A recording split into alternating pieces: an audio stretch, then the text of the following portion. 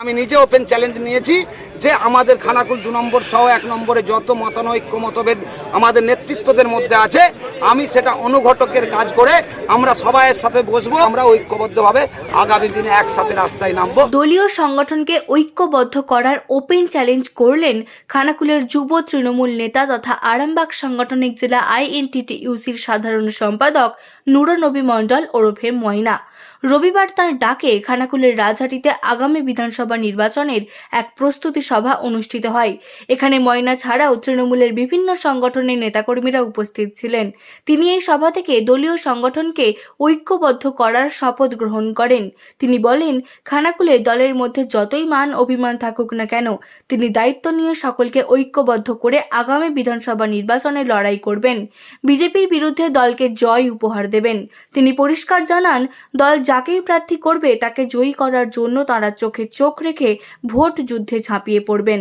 আজকে মূলত আমরা খানাকুল 2 নম্বর ব্লকের যারা তৃণমূল কংগ্রেস দলকে ভালোবাসি, যারা আমাদের নেত্রী মমতা ব্যানার্জি এবং আমাদের নেতা অভিষেক ব্যানার্জিকে যারা আমরা সকলে ভালোবাসি, আজকে আমরা একটা প্রস্তুতি বৈঠক করলাম যেখানে আমাদের প্রস্তুতি বৈঠকে আলোচনা হয়েছে যে আমাদের দল খানাকুল 202 বিধানসভায় যাকেই দলের মনোনীতভাবে প্রার্থী করবে আমরা তাকে মেনে নিয়ে আমরা আগামী 2026-এর বিধানসভা নির্বাচনের ভোট যুদ্ধে আমরা লড়াই করব, বিজেপির বিরুদ্ধে চোখে চোখ রেখে লড়াই করব।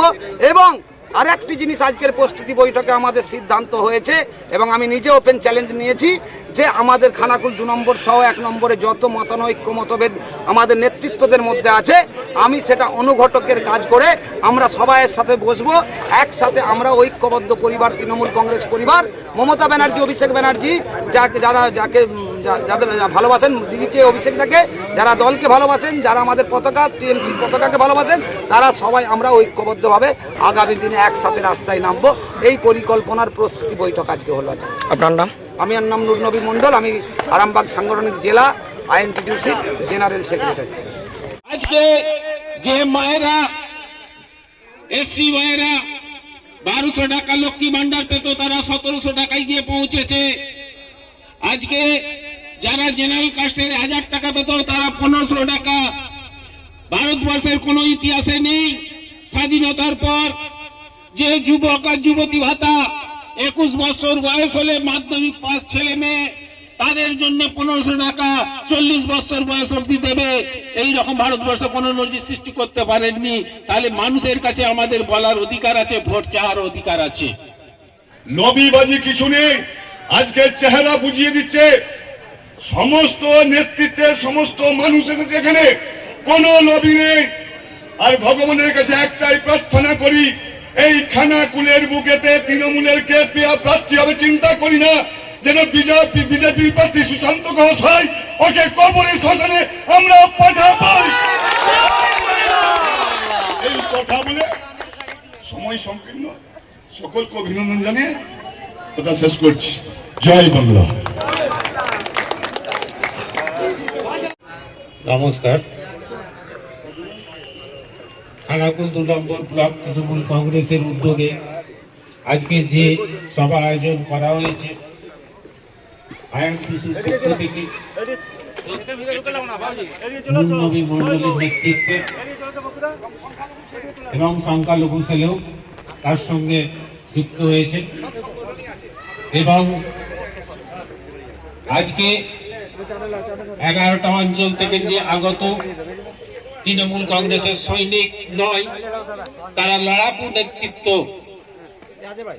এবং গত পঞ্চায়েত নির্বাচনের পর খানাকুলের যে তৃণমূল কংগ্রেসের অস্তিত্ব, এখানের MLA এবং পঞ্চায়েতের নেতৃত্ব বিজেপিরা যে অত্যাচার করেছে তার প্রতিবাদে যারা লড়াই করেছিল আজকে তারা এই ময়দানে হাজির হয়েছে।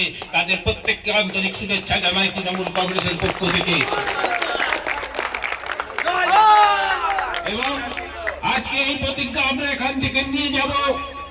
গত পঞ্চায়েত নির্বাচনের পর আমরা যেমন বিজেপির হাতে লাঞ্ছিত বঞ্চিত হয়েছি, আগামী 26-এর নির্বাচনে তাদের পরাস্ত করে মমতা ব্যানার্জির কাছে খানাকুল 202 বিধানসভা যাতে উপহার দিতে পারি, সেই লক্ষ্যেই আমাদের এগিয়ে যেতে হবে। এইটাকে আমাদের সকলকে মাথায় রাখতে হবে। কেন এই বাজেটের মধ্যে দিয়ে মমতা ব্যানার্জি বুঝিয়ে দিয়েছে যে আমি খানাকুল হেরে গেলেও খানাকুলের মানুষের জন্য আছি। নিউ নূর সোফা সেন্টার, এখানে সমস্ত রকম সোফা পাইকারি ও রিটেলে বিক্রয় করা হয়। সমস্ত সোফা নিজস্ব কারখানায় তৈরি করা হয়। প্রোপাইটার হানিফ হোসেন খাঁ ও রুহুল হোসেন খাঁ, বড়ডোঙ্গল হাটতলা সিনেমা হলের সন্নিকটে, হুগলি। যোগাযোগ 7797170093 এবং 9382003105।